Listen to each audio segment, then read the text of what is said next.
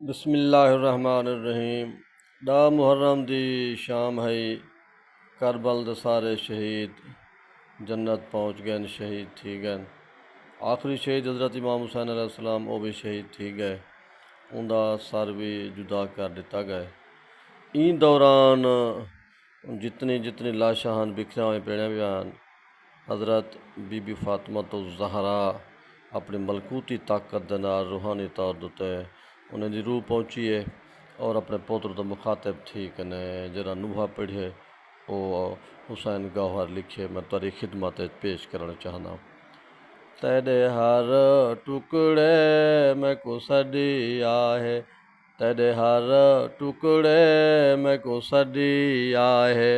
मैं झोली पावण आई खड़ियाँ, महरूम मामा को बिल बचड़ा।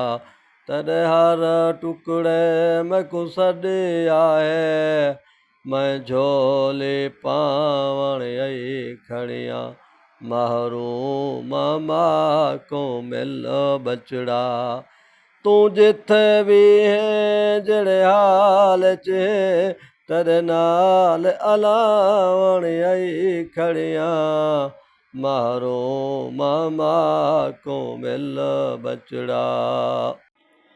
कुछ अपने बारे आप दसा तू किथ किथ खिंडिया होया है।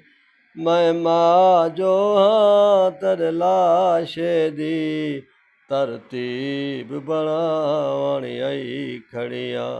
तेरे हर टुकड़े में कुसडिया है, मैं झोली पावण आई खड़ियाँ।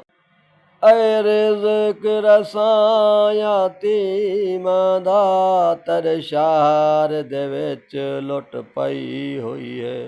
उठी देख सकीना नहीं सुमदी, तेरे कोल सुमावण आई खड़ियाँ। तेरे हर टुकड़े में कुसडिया है, मैं झोली पावण आई खड़ियाँ। मैं जान दिया तेरे खून दे विच गुम थी गई है पोशाक तेरी।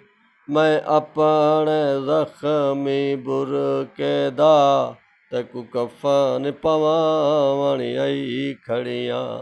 तेरे हर टुकड़े में कुसडिया है, मैं झोली पावण आई खड़ियाँ, महरूम मामा को मिल बचड़ा।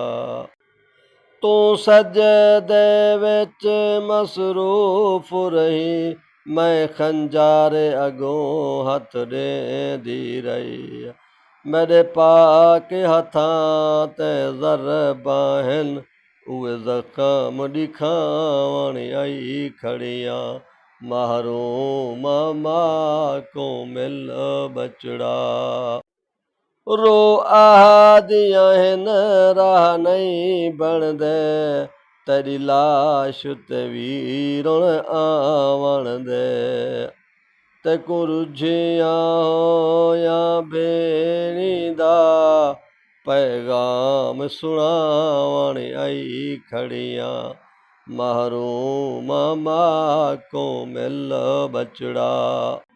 गौहर ज़हरा दा वैण आया है, जे उम्मती दफन करण देवन। तेरी लाश दे नाल अज सन्नद दे मैं टुकड़े दफनावण आई खड़ी।